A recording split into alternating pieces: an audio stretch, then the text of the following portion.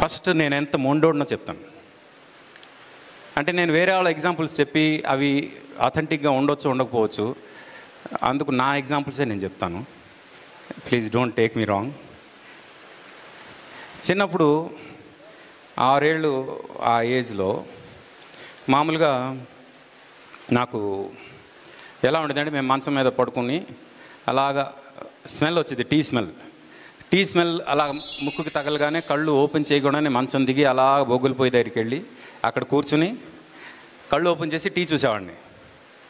చూసి అప్పుడు ఆ గ్లాస్లో టీ నాకు ఇస్తే అది తాగేవాడిని అన్నమాట.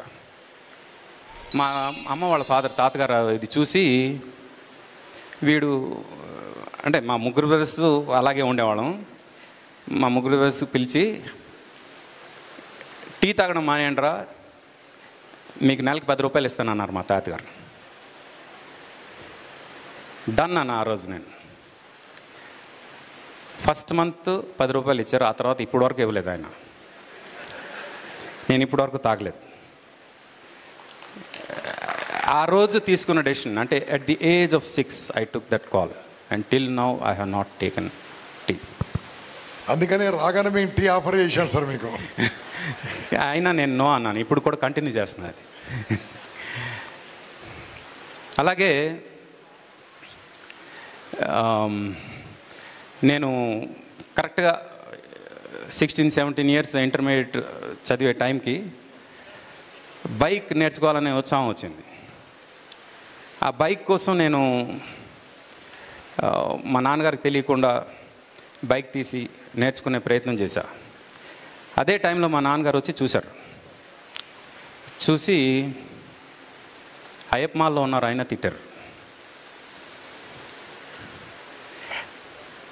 ఆ రోజు చెప్పాను నేను ఆయనకి, మళ్ళీ నేను వెహికల్ అంటూ డ్రైవ్ చేస్తే ఆ వెహికల్ నా సొంతంది అయి ఉండాలి, దానిలో పెట్రోల్ నాది అయి ఉండాలి అని చెప్పా.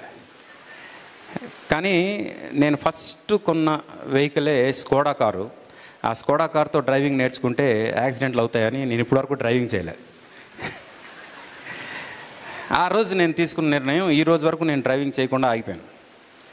అయితే నేను తీసుకున్న నిర్ణయం రైటా రాంగా అని మీలో 2 పార్శ్వాలు ఉంటాయి. తను డ్రైవింగ్ నేర్చుకోకుండా తను తప్పు చేశాడు అని మీరు అనుకోవచ్చు, కానీ నా మాట ఒకటి అనుకున్నానంటే దాని మీదే ఉంటాను, అది తప్ప ఇంకో దానికి వెళ్ళను అనే దాని మీద నేను ఉంటాను. కాబట్టి నేనే రైట్ అని నేను అనుకుంటా. ఈ 2 ఎగ్జాంపుల్స్ మీకు ఎందుకు చెప్తున్నానంటే, మీ లైఫ్లో కూడా ఇలాంటి ఇన్సిడెంట్స్ చాలా ఫేస్ చేయవచ్చు. కానీ ఒక్కసారి ఒక డెసిషన్ కనుక మీరు తీసుకుంటే దాని మీద అలా నిలబడాలి అంతే. ఎప్పుడైతే అలా నిలబడతారో మీకంటూ ఒక స్పెషల్ పవర్ వస్తుంది. ఆ పవర్ ఏంటంటే, మీరే తలుచుకుంటే అది అవ్వగలిగే పవర్. మీకంటూ ఒక సంకల్పం పెరుగుతుంది. సృష్టిలో సంకల్పానికి మించిన బలం ఇంకేది లేదు.